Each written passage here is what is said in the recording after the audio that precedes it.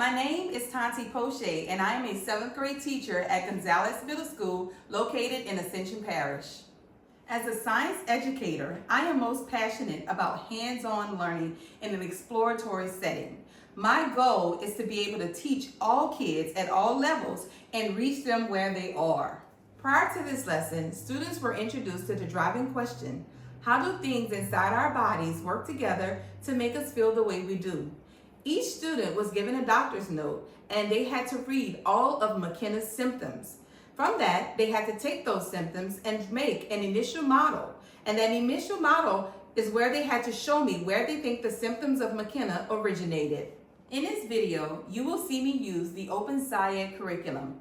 The objective of this lesson is for each student to be able to identify the parts and the functions of the digestive system. I have a very diverse group in this class setting. I have EL learners, I have SPED learners, I have regular learners, and I have those high achieving learners. However, this curriculum is going to meet them exactly where they are. The whole purpose is for them to be able to learn the digestive system. However, we're going to use the curriculum in order for them to be able to understand what happens inside of the body. All students will be looking at an endoscopic report, which is our anchor phenomena of a girl named McKenna.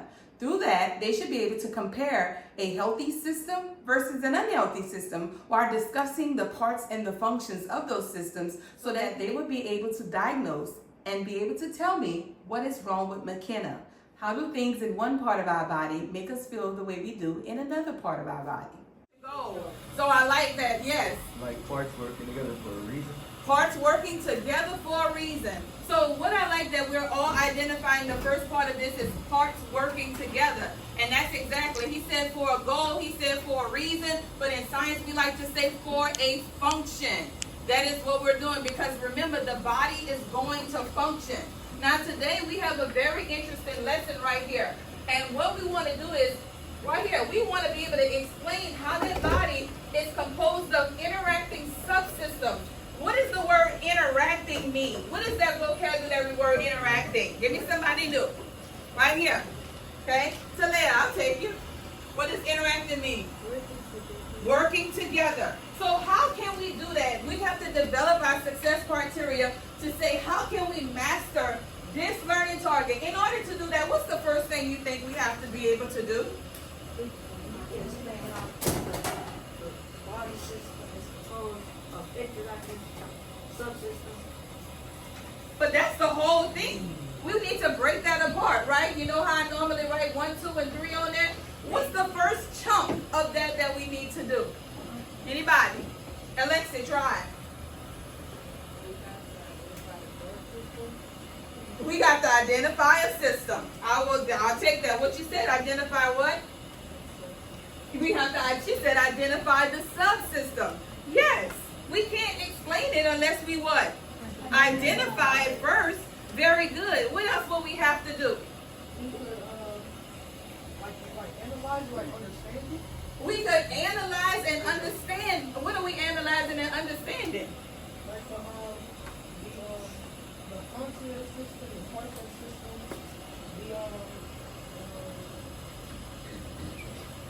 like how it interacts with stuff. That is exactly right. So she said we have to identify the subsystem. He said we have to be able to analyze it. That is what we're going to do.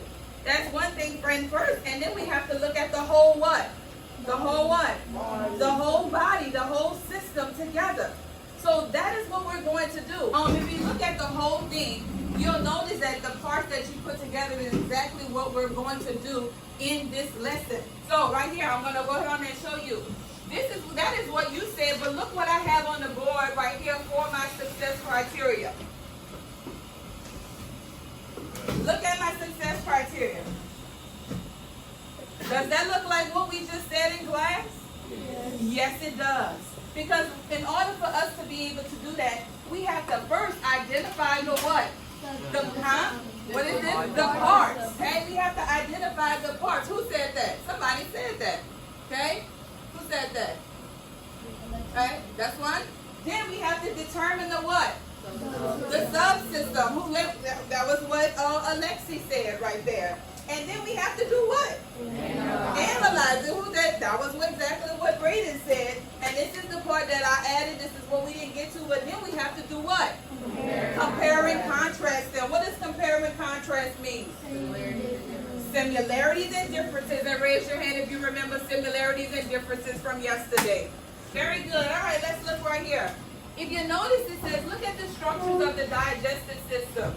What do you notice about the structures of these organs? They're all What? bunched up. They're all connected. Very good. What else?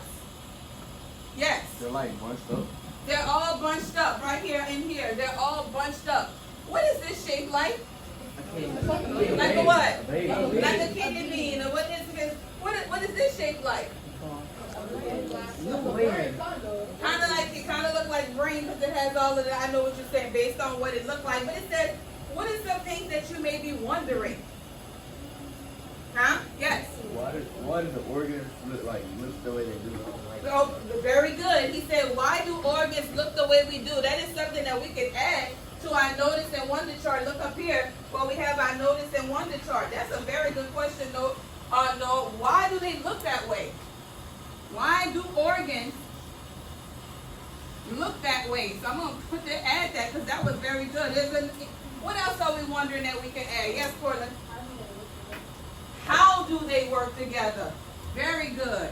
How do they work together? I'm going to add that. And we're about to figure that out. All right, so on your notebook, you should be able to see this as well. But if not, you're going to be able to look up here, but you should be able to see that. What is our patient name?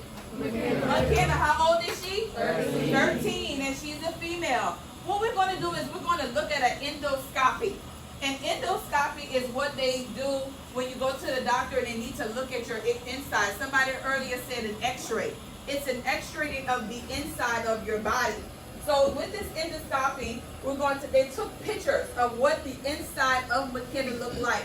You have a sheet right there on your board. You need your pencil. As we look inside McKenna, you're going to go through the different parts and you're going to talk about what they look like. Now you're going to look at what they look like. You're going to look at a healthy version and you're going to look at an unhealthy version. Hey, what y'all got right here? Her throat looks like tight or like a little bit swollen. Huh? Her throat looks like it's swollen. Okay, her throat looks like it's swollen. What you got? Okay, she said it's like closed up. What you think? Nope. Talk louder. I can't hear you. Okay, and Hers is more pink and red than the healthy person one. it's more what? Pink and red. Okay, so those are things that we could put on our chart, right? So we talked about the color, right? So these are our observations. We talked about the color. We talked about how one is open and one is more closed. So very good on all of those. What about, does it look different? Right there? What about the texture? So we want to look at that, the texture. It's like, Huh? it's got like, They got something. Look at that. So we got, those are things we could identify on there. Very good. What y'all have on your sheet? Now, P1 has more foamy, and it's like, but I don't know, like, it has like foamy at like the end of it mostly, while the healthy one is like normal and. McKenna's has more acid since she hasn't been eating much. Okay. So And he's the healthy one has less acid because they've been eating, and when you eat, it gets rid of a lot of that acid in your stomach. oh, very good. So he's saying, I know you guys couldn't hear over here, but he was saying, at first, Dewan was saying that one of them was more foamy and the other one wasn't. But then Caleb came behind him and said, because one has more acid in it and when it's juicier than the other. Raise your hand if you would agree with both of them. Very, very good. I'm going to go to the next group. I'm going to come up here to this group right here. What's the next part? The small intestines. What did y'all say at this group right here? McKenna one was drier than the healthy one. Like, it wasn't moist like this. It was dry. Okay. Did all y'all write that over here? Now, here we go. Let's start looking at our criteria on the board. Look at our success criteria. What is the first thing that we had to do? Identify what? The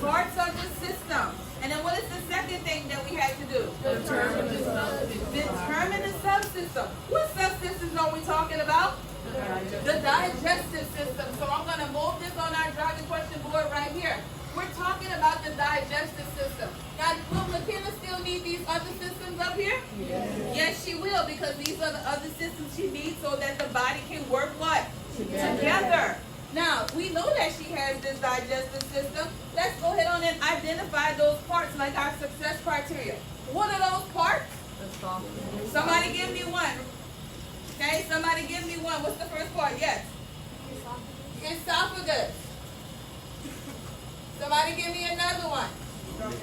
Huh? Sorry, one at a time. Hold up. Yes. What? The large intestines. Behind me. Thank you, Kevin. What did you say? Because I haven't heard from you. Yes. What did you say? What's the next part? Huh? What part did you investigate? All I need is one. We looked at the esophagus. We looked at the large intestines. What else did we look at? The stomach. See that? You do know. Don't tell me you don't know. You do know. The stomach. Good job. Thank you. What else? What are the other parts? Yes. The what? The middle of the intestine. And then finally, what's the last one? Huh? We got the large intestines right here. Okay, the small intestines. Okay? The small intestines. So we have all of these parts. Look right here. We're going through our checklist. We identified the parts of the system. We determined what subsystems we're looking at. We analyzed the system because we looked at each part and we made an observation about what each part was doing. So now we're going to make an assumption. If you go to Google Classroom, please go to Google Classroom. We're going to do a skills check. In Google Classroom, there's a question that is waiting for you. There are 2 questions on the digestive system that is waiting for you. The first question says to identify the parts of a system, and then the second question says to explain why McKenna's digestive system is a system. Please go ahead on and start that, please.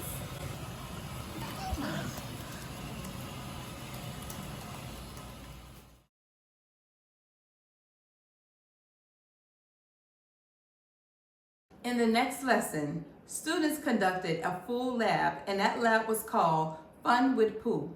In this lab, students were able to successfully trace food all the way through the digestive system, being able to explore the functions of every single part in the digestive system.